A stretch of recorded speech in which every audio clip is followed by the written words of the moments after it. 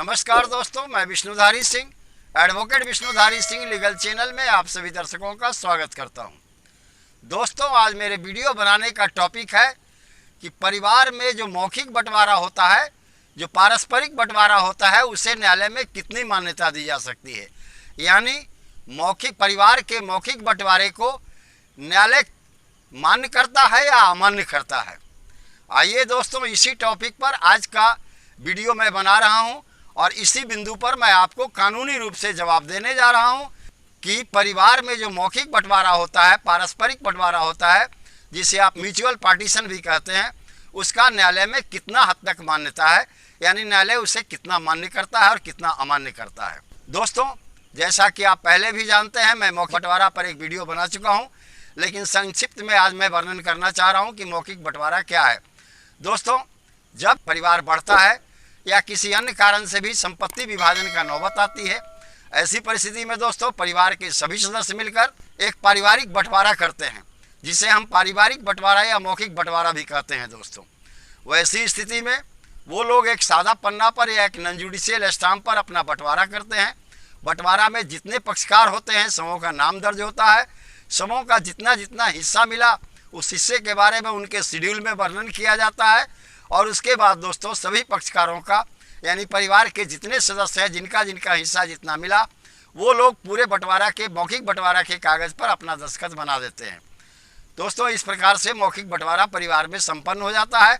उसके बाद अपने अपने हिस्से के अनुसार लोग अपने अपने हिस्से का ज़मीन जो है उसे जोत आबाद करके अपने परिवार की परवरिश करते हैं। दोस्तों, तो अब आइए दोस्तों, मुझे पता लगाना है कि मौखिक बंटवारा का न्यायालय में क्या मान्यता है, यानी न्यायालय में कब यह मान्य होता है, कब अमान्य होता है। दोस्तों, मौखिक बंटवारा के बारे में ऑनरेबल सुप्रीम कोर्ट का 2-3 निर्णय मैं अभी आपके सामने देने जा रहा हूं। इस निर्णय से आपको क्लियर हो जाएगा, साफ हो जाएगा कि मौखिक बंटवारा का न्यायालय में कितना हद तक मान्यता है। पहला मुकदमा है दोस्तों दयाराम बनाम हरचंद का।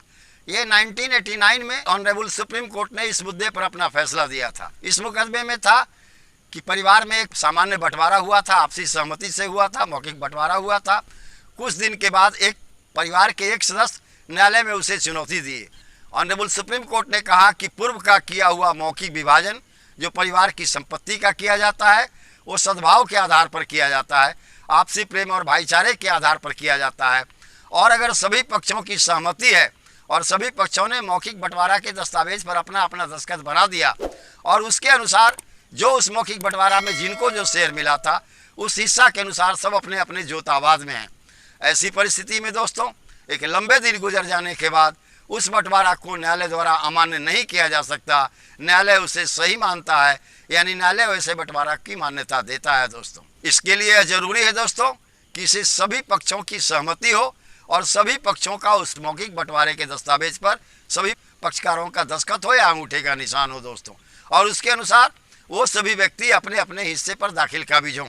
ये 3 शर्त को मानने के बाद मौखिक बंटवारा न्यायालय में मान्य होता है। दोस्तों, अब अगला निर्णय है दोस्तों भुवन बनाम नागू। दोस्तों, ये बंटवारा 1996 का है। ऑनरेबल सुप्रीम कोर्ट ने अपने इस बंटवारे में कहा कि अगर पिता के द्वारा सद्भाव के आधार पर परिवार की सारी पैतृक संपत्ति को बराबर बराबर अंशों में सभी अंशधारियों को या सभी पक्षकारों में बांट दिया जाता है और वैसी परिस्थिति में सभी पक्षकार उस पर दस्तखत कर देते हैं और सभी अपने अपने हिस्से के कब्जे पर चले जाते हैं, तो एक लंबे समय गुजर जाने के बाद ऐसे बंटवारे को, ऐसे मौखिक बंटवारे को भी न्यायालय मान्यता प्रदान करता है। इसे न्यायालय अमान्य नहीं कर सकता। दोस्तों, इसके लिए जरूरी है कि पिताजी अपनी सहमति से, सारे परिवार की सहमति से उस परिवार के संपत्ति का विभाजन करें। अब अगला निर्णय है दोस्तों राम किशन बनाम चंपतलाल का। इस मुकदमे में ऑनरेबल सुप्रीम कोर्ट ने अपना ऑब्जर्वेशन दिया कि अगर पारिवारिक बंटवारा आपसी सहमति से, पारस्परिक सद्भाव से हो और मौखिक बंटवारा हो, उस मौखिक बंटवारा का एक दस्तावेज बने जिस पर सभी पक्षकारों के अपने अपने हिस्से का शेड्यूल हो और सभी पक्षकार आपसी सहमति से उस पर अपना अपना दस्तखत कर दें और अपने अपने हिस्से के कब्जे में चले जाएं। ऐसी परिस्थिति में भी न्यायालय उस बंटवारे को अमान्य नहीं घोषित कर सकता। दोस्तों, यानी आप देखे होंगे कि उपरोक्त दोनों तीनों मुकदमे में एक बात सामान्य है कि अगर बंटवारा आपसी सहमति से हुआ, बंटवारा के अनुसार सभी पक्षकार अपने अपने हिस्से के ज़मीन पर लंबे समय से दाखिल काबिज हैं, लंबे समय से जोत आबाद करके अपने अपने परिवार की परवरिश कर रहे हैं उसके फसल को अपने परिवार के उपयोग में ला रहे हैं। ऐसी परिस्थिति में वह बंटवारा को न्यायालय मान्यता देता है, उसे न्यायालय अमान्य नहीं करता दोस्तों। अब दोस्तों प्रश्न उठता है कि मौखिक बंटवारा यानी परिवार में जो आपसी सहमति से किया गया बंटवारा है वो कब अमान्य होता है, कैसे अमान्य होता है। अमान्य होने का पहला कारण है अगर मौखिक बंटवारा सिर्फ मौखिक हुआ हो, उसका कोई लिखित दस्तावेज नहीं बना हो दोस्तों, यानी किसी भी नॉन जुडिशियल स्टाम्प पर मौखिक बंटवारा का हिस्सा विभाजन नहीं हुआ हो, सभी पक्षकारों का दस्तखत नहीं हो, सभी पक्षकारों के शेयर में कितना कितना जमीन मिला, कितना कितना हिस्सा मिला, इसका वर्णन नहीं किया गया हो, तो ऐसे बंटवारे को, सिर्फ मुंह से किए गए बंटवारे को न्यायालय मान्यता नहीं देती है दोस्तों। अब दूसरा है दोस्तों, मौखिक बंटवारा हुआ, पेपर पर या जो नॉन जुडिशियल स्टाम्प है उस पर सभी पक्षकारों का शेयर दर्शा दिया गया, सभी पक्षकार उस पर आपसी सहमति से दस्तखत भी कर दिए, लेकिन दोस्तों एक पक्षकार उसमें से उठकर न्यायालय में जाते हैं बहुत कम समय में, बंटवारा के महीना, 2 महीना, 4 महीना, 6 महीना के अंदर में दोस्तों न्यायालय में जाते हैं कि मुझे वहाँ कम हिस्सा मिला। वैसी परिस्थिति में दोस्तों न्यायालय पूरे बंटवारा का फिर से सुपरविजन करती है, फिर से उस पूरे बंटवारे का निरीक्षण करती है और देखती है कि क्या वास्तव में इस पक्षकार को कम हिस्सा मिला जिससे यह पक्षकार पीड़ित है। वैसी परिस्थिति में दोस्तों अगर किसी को कम हिस्सा मिला और बंटवारा के तुरंत बाद यानी 2, 4, 6 महीने के बाद अगर उसे न्यायालय में चुनौती दे दी गई, तब दोस्तों वैसे बंटवारा को न्यायालय अमान्य घोषित कर देता है दोस्तों।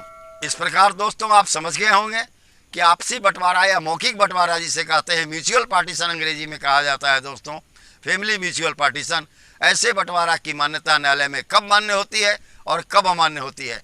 इन सभी निर्णयों में दोस्तों एक कॉमन चीज़ निकल के आई कि बंटवारा लिखित होना चाहिए, मौखिक बंटवारा लिखित होना चाहिए, मौखिक बंटवारा के दस्तावेज पर सभी पक्षकारों का दस्तखत होना चाहिए, मौखिक बंटवारा के दस्तावेज पर सभी पक्षकारों के शेयर को दर्शाना चाहिए, हिस्से को पूरे रूप से दर्शाना चाहिए और सभी पक्षकार लंबे समय तक अगर अपने अपने हिस्से पर दाखिल काबिज हैं उसके बाद वो न्यायालय में उसे चुनौती नहीं दे सकते। अगर कोई एक पक्षकार न्यायालय में चुनौती दिया कि मुझे कम ज़मीन मिला है या ज़्यादा हिस्सा में ज़मीन मिला है, लंबा समय गुजर जाने के बाद न्यायालय उनके प्रार्थना को अमान्य कर देगा, उनके प्रार्थना को स्वीकार नहीं किया जाएगा।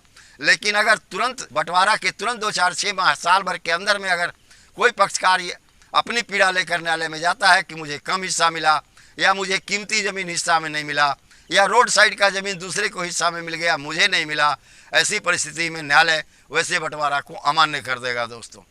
अब आप समझ गए होंगे कि मौखिक बंटवारा न्यायालय में कब मान्य है और कब अमान्य है। धन्यवाद दोस्तों।